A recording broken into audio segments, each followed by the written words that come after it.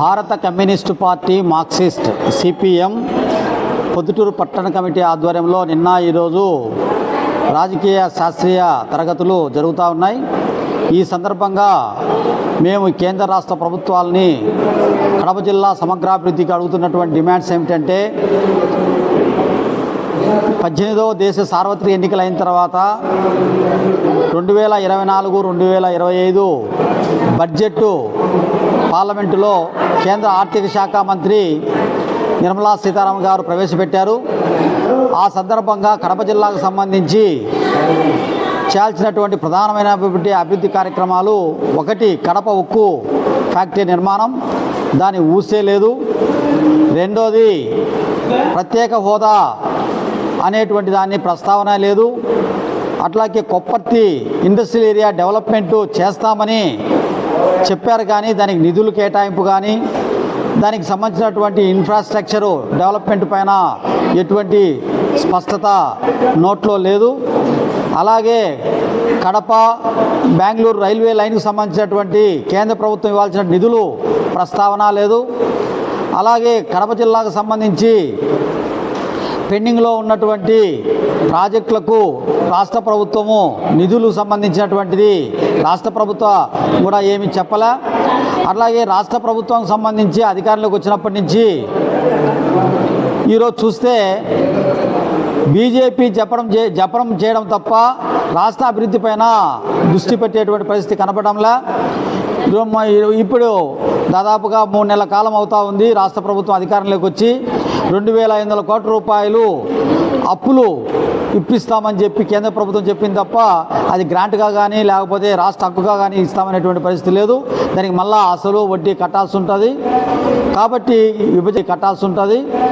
కాబట్టి విభజన హామీల్లో భాగంగా రాష్ట్ర ప్రభుత్వం రాయలసీమకు ప్రత్యేక ప్యాకేజీ 1000 కోట్ల రూపాయలు 10,000 కోట్ల రూపాయలు ఇస్తామని చెప్పారు, అప్పుడు అది ఇవ్వలేదు. అట్లాగే ఉక్కు ఫ్యాక్టరీ అని చెప్పినారు, అది ఇవ్వలేదు. రైల్వే జోన్కు ఇవ్వలేదు.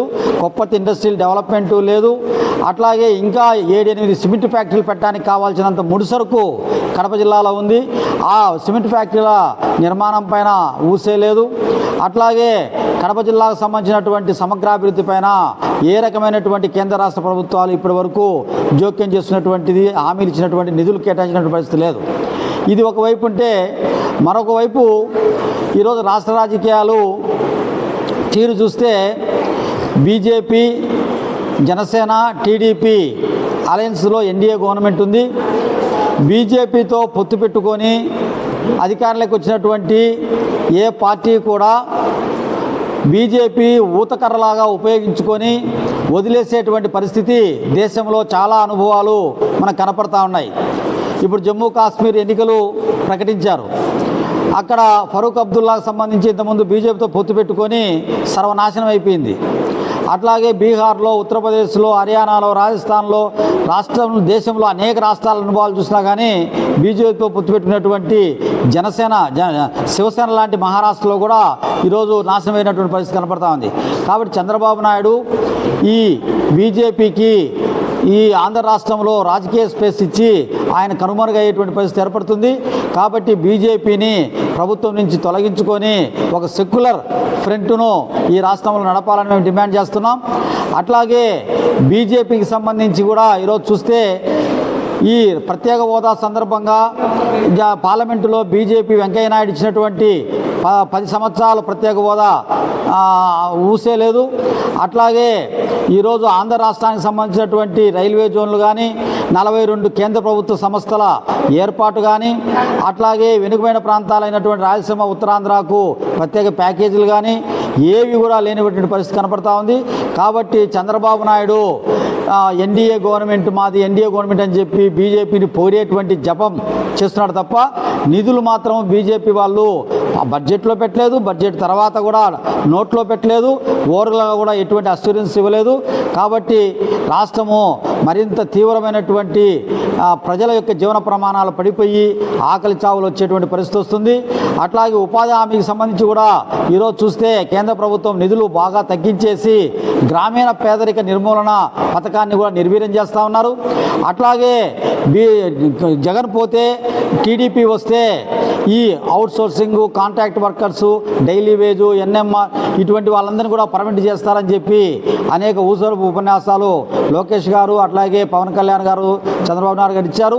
వాటికి సంబంధించి కూడా ఏమీ పట్టించుకునేటువంటి పరిస్థితి కనపడడం లేదు.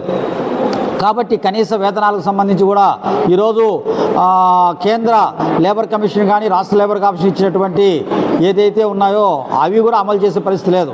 కాబట్టి ఈ 4 నెలల కాలంలో టీడీపీ అలయన్స్ గవర్నమెంట్ యొక్క తీరుతిన్ను చూస్తే అభివృద్ధి సున్నా, మాటలు మిన్నా అనేటువంటి పద్ధతుల్లో ఉంది తప్ప ఏమీ లేదు. కేంద్ర ప్రభుత్వం నుంచి ఎటువంటి గ్రాంటు తీసుకురాలేనటువంటి ఒక దౌర్భాగ్య పరిస్థితి ఏర్పడింది.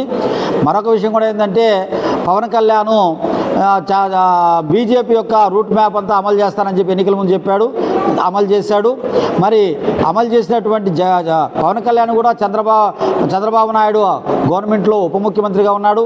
ఆయన పోయినా కానీ ఇప్పుడు అమిత్ షా కానీ, రాజ్నాథ్ కానీ, అట్లాగే మోడీ కానీ నిధులు ఏమి ఇదిలిచ్చేటువంటి పరిస్థితి కూడా లేదు. కాబట్టి టీడీపీ వైసీపీ మధ్య ఉన్నటువంటి వైరుధ్యాల కారణంగా ఇద్దరు కూడా కేంద్రానికి వీళ్ళనే బీజేపీని బలపరిచి రాష్ట్రంలో బీజేపీకి ఒక రాజకీయ స్పేస్ ఇస్తూ ఉన్నారు.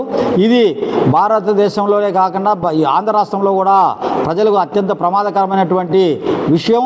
ఈ మధ్య జరిగినటువంటి పార్లమెంటు బిల్లుల్లో కూడా చూస్తే వక్ఫ్ బోర్డు సంబంధించినటువంటి బిల్లు పెట్టారు. ఆ బిల్లు ఏకపక్షంగా పార్లమెంటరీ జాయింట్ యాక్షన్ కమిటీకి పంపించారు. దాంట్లో సంబంధించి చూస్తే అందరూ కూడా బీజేపీ వాళ్ళు ఎక్కువ ఉన్నారు. కాబట్టి మైనార్టీసు ఈరోజు అభద్రతకు గురయ్యేటువంటి పరిస్థితి కనపడతా ఉంది. వాళ్ళ ఆస్తులకు రక్షణ లేనటువంటి పరిస్థితి కనపడతా ఉంది. అంతేకాకుండా దేశంలో ఉండేటువంటి ధార్మిక సంస్థల యొక్క ఆస్తులు అన్నిటిపైన ఇప్పుడు బీజేపీ కన్ను వేసి ఆస్తులను కబ్జా చేసి అక్రమక్రాంతం చేసుకొని ఈరోజు కార్పొరేట్ సంస్థలకు అవి అన్యక్రాంతం చేయడానికి ప్రయత్నం చేస్తూ ఉంది. కాబట్టి ధార్మిక సంస్థల ఆస్తులను కాపాడడానికి కూడా పెద్ద ఎత్తున దేశవ్యాప్తంగా హిందూ, ముస్లిం, క్రైస్తవ అనే కాకుండా అన్ని ధార్మిక సంస్థలు వాళ్ళ ఆస్తులు కాపాడుకోవడానికి బీజేపీ పైన పోరాడాల్సిన పరిస్థితి ఏర్పడతా ఉంది. కాబట్టి సిపిఎం పార్టీగా ఇవన్నీ కూడా మేము పరిశీలిస్తూ ఉన్నాం, దీనిపైన అధ్యయనం చేస్తూ ఉన్నాం. సరైన సమయంలో సరైన పద్ధతుల్లో ప్రజలను సమీకరించి పోరాటాలకు సంసిద్ధం చేస్తామని చెప్పి ఈ సందర్భంగా మేము తెలియజేస్తా ఉన్నాం. జి చంద్రశేఖర్, సిపిఎం జిల్లా కార్యదర్శి, కడప, పొద్దుటూరు. నూతన ప్రభుత్వం ఏర్పడ్డాక ప్రజానీకం పెద్ద ఎత్తున ఆశలు పెట్టుకున్నారు. గత ప్రభుత్వంలో ఏదైతే విమర్శలు చేశారో ఆ విమర్శలు చేసిన వాటిని ఈ ప్రభుత్వం అమలు చేయదని చెప్పి ప్రజానీకం భావించారు. తీరా ఆచరణలో చూస్తే గత ప్రభుత్వ విధానాలని ఈ ప్రభుత్వం కూడా అమలు చేయడానికి పెద్ద ఎత్తున ప్రయత్నం చేస్తూ ఉన్నది. నిన్న కాక మొన్న విద్యుత్ సౌదలో స్మార్ట్ మీటర్లని పెద్ద ఎత్తున దిగుమతి చేసుకున్నారు. సిపిఎం పార్టీ మొదటి నుంచి చెప్తా ఉంది, ఈ రాష్ట్రంలో స్మార్ట్ మీటర్ల ఏర్పాటు వల్ల విద్యుత్ వినియోగదారులకి పెద్ద ఎత్తున భారం పడబోతూ ఉన్నది. ఈ భారాన్ని నిలుపుదల చేయడానికి మేము ప్రయత్నం చేస్తామని చెప్పి గతంలో చంద్రబాబు గారు, పవన్ కళ్యాణ్ గారు హామీ ఇచ్చారు. కానీ ఆ భారాన్ని మళ్ళీ మోపడానికి ప్రయత్నం చేస్తున్నారు. ఆ స్మార్ట్ మీటర్ల బిగింపుని సిపిఎం పార్టీగా మేము అడ్డుకుంటాం. తక్షణమే వాటన్నిటిని బిగింపు ఆపాలని చెప్పి మేము కోరుతా ఉన్నాం. ఇదే కాదు, మొదటగా ప్రభుత్వ ఆఫీసుల్లో వాటిని ఏర్పాటు చేసి తర్వాత గృహాలకి అన్నిటికీ విద్యుత్ వినియోగదారులు అన్ని కేటగిరీలకి మేము వర్తింపజేస్తామని చెప్పి చెప్తున్నారు. ఇది షిరిడి సాయి, అదానీ లాంటి సంస్థలకి పెద్ద ఎత్తున లాభాలు చేకూర్చేటువంటి చర్యలు చేపడతా ఉన్నారు. కాబట్టి ఇది చాలా దుర్మార్గమైన విషయం. ఈ చర్యని తక్షణమే నిలుపుదల చేయకపోతే రాష్ట్ర వ్యాప్తంగా పెద్ద ఎత్తున పోరాటం నిర్వహిస్తాం. రెండవ అంశం ఏంటంటే, లోకేష్ గారు ప్రతిపక్షంలో ఉన్నప్పుడు వైద్య విద్యలో ఉన్నటువంటి సీట్లని జగన్ ప్రభుత్వం పెద్ద ఎత్తున అమ్ముకుంటుందని చెప్పి ఆయన ప్రకటన చేశాడు. మేము అధికారంలోకి రాగానే వాటన్నిటిని ఏ కేటగిరీలోనే భర్తీ చేస్తామని చెప్పి చెప్పాడు. కానీ తీరా ఆచరణలో గవర్నమెంట్ అధికారంలోకి వచ్చిన తర్వాత అందుకు భిన్నంగా వ్యవహరిస్తున్నాడు. లోకేష్ గారికి మేము ఒక విజ్ఞప్తి చేయదలుచుకున్నాం. మీరు మాట్లాడినటువంటి మాటలు, మీరు మాట్లాడినటువంటి వీడియోలు, క్లిప్పులు మీ ముందు ఉన్నాయి. వాటన్నిటిని మళ్ళీ మీకు మర్చిపోయి ఉంటే మళ్ళీ ఒకసారి ఆ క్లిప్పుల్ని ఒకసారి ప్లే చేసి చూడాలని చెప్పి సిపిఎం పార్టీగా మేము విజ్ఞప్తి చేస్తున్నాం. ఆ రకంగా కొత్త వైద్య కళాశాలలో గత ప్రభుత్వం కొద్ది మేరకైనా ప్రయత్నం చేస్తే ఈ ప్రభుత్వం రావాల్సినటువంటి 5 కళాశాలను కూడా అనుమతులు తీసుకురావడంలో ఘోరంగా విఫలమైంది. కాబట్టి దీని కారణంగా ఈ రాష్ట్రంలో ఉన్నటువంటి అనేక మంది వైద్య విద్య అభ్యసించాలనేటువంటి విద్యార్థుల తల్లిదండ్రులు, విద్యార్థులు చాలా తీవ్రమైనటువంటి ఆందోళన ఉన్నారు. కాబట్టి మీరు చేసేటువంటి నిర్ణయాన్ని మీరు ఇచ్చేటువంటి హామీని సీరియస్గా అమలు చేయడం కోసం ప్రయత్నం చేయాలని చెప్పి రాష్ట్ర ప్రభుత్వానికి విజ్ఞప్తి చేస్తున్నాం. మూడో అంశం, కడప జిల్లాలో కానీ లేకపోతే రాష్ట్రంలోని ఇతర జిల్లాలో కానీ పెద్ద ఎత్తున కార్మికుల్ని, చిన్న అసంఘటిత కార్మికుల్ని, అవుట్సోర్సింగ్ ఉద్యోగులందరినీ ఇంటికి పంపించేటువంటి ప్రయత్నం చేస్తున్నారు. ప్రొద్దుటూరులో కూడా మధ్యాహ్న భోజన కార్మికుల్ని, ఇతర రంగాల కార్మికుల్ని తమ ఉపాధిని దెబ్బకొట్టేటువంటి ప్రయత్నం చేస్తున్నారు. అనేక జిల్లాల్లో ఈ సమస్య ఉంది. కాబట్టి మేము ముఖ్యమంత్రి గారికి ఒకటే చెప్పదలుచుకున్నాం, మీరు మారారని చెప్పి చెప్తున్నారు, కానీ ఆచరణలో సిపిఎం పార్టీగా మేము కూడా మా బృందం కలిసి మీకు చెప్పారు, విద్యుత్, అంగన్వాడీ, మధ్యాహ్న భోజనం ఇట్లాంటి చిన్న చిన్న కార్మికుల జోలికి వెళ్ళొద్దని చెప్పి మా పార్టీ ప్రతినిధి బృందం మీ దృష్టికి తీసుకొచ్చింది. కాబట్టి మళ్ళీ మీరు ఒకసారి ఆలోచించి అలాంటి వేధింపులు ఏవైతే ఉన్నాయో వాటన్నిటిని తక్షణమే ఆపాలి. ఆపకపోతే కార్మిక వర్గం తిరుగుబాటు చేస్తుంది. ఆ తిరుగుబాటుకి సిపిఎం పార్టీ అండగా ఉంటుందని చెప్పి మేము విజ్ఞప్తి చేస్తా ఉన్నాం. సత్యనారాయణ, సిపిఎం కార్యదర్శి, పొద్దుటూరు. ఇదో పొద్దుటూరు పట్టణంలో అభివృద్ధి శూన్యంగా ఉంది. ఎందుకంటే ట్రాఫిక్ సమస్య ఎత్తుకుంటే ట్రాఫిక్ గాంధీ రోడ్ అయితేనేమి, కొరపార రోడ్ అయితేనేమి,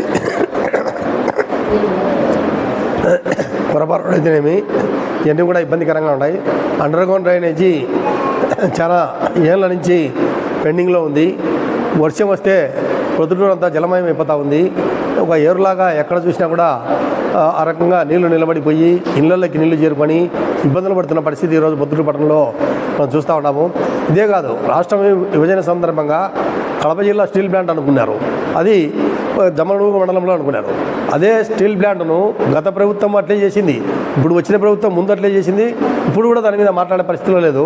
నిన్నలేమన్నా బీజేపీ నాయకుడు ఎంపీ మాట్లాడుతూ ఉన్నాడు, స్టీల్ ప్లాంట్ ఏర్పాటు చేస్తూ ఉంటున్నారు. దాని ఇంతవరకు నిన్న బడ్జెట్లో వాళ్ళ కేటాయింపు దాని మీద ఏమీ లేదు. వాళ్ళ స్టీల్ ప్లాంట్ ఏర్పాటు చేస్తామని చెప్తున్నారు.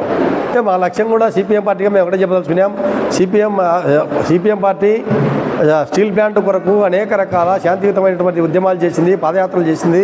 దాదాపు 10 ఏళ్ళ నుంచి అనేక రకాలు చేస్తాం. ఎందుకంటే అది స్టీల్ ప్లాంట్ అనేది వస్తే ప్రొద్దుటూరు, జమ్మలమడుగు జంట నగరాలుగా అభివృద్ధి చెందుతాయి, ఆర్థికంగా ముందుకు పోతాయి. కాబట్టి అటువంటి పెద్ద స్టీల్ ప్లాంట్ను తీసుకురాకపోవడం దుర్మార్గమైన విషయము. గత ప్రభుత్వం అట్లే చేసింది, ఈరోజు ఉన్నటువంటి టీడీపీ కూడా అదే పద్ధతిలో ఉంది. పైన బీజేపీ చూస్తే ఏమే కానీ ఇస్తే పరిస్థితిలో లేదు. నిన్నలేమన్నా ఆంధ్రప్రదేశ్కు పెద్ద ఎత్తున నిధులు అని చెప్తున్నారు. మళ్ళీ తిరిగినాక బడ్జెట్ అయిపోయిన తర్వాత చూస్తే అప్పు ఇప్పిస్తామని చెప్తున్నారు. అప్పు ఇప్పించేది కూడా బడ్జెట్లో పెట్టి మాట్లాడాలని చెప్పేసి అడుగుతాను. బీజేపీ చాలా నిర్లక్ష్య ధోరణిగా వ్యవహరిస్తూ ఉంది. ఎందుకంటే విభజన ఇవన్నీ కూడా ఆంధ్ర రాష్ట్రానికి అన్యాయం చేసింది. ఆంధ్ర రాష్ట్రం రాష్ట్ర విభజనలో అనుకునే ఏవైతే ఉన్నాయో అవన్నీ అమలు చేయాలని, అటువంటి వాటిపైన ఈ రాబోయే రోజుల్లో సిపిఎం పార్టీగా పెద్ద ఎత్తున ఆందోళన కార్యక్రమాలు చేస్తామని చెప్పేసి ఈ సందర్భంగా చెప్పదలుచుకున్నాం.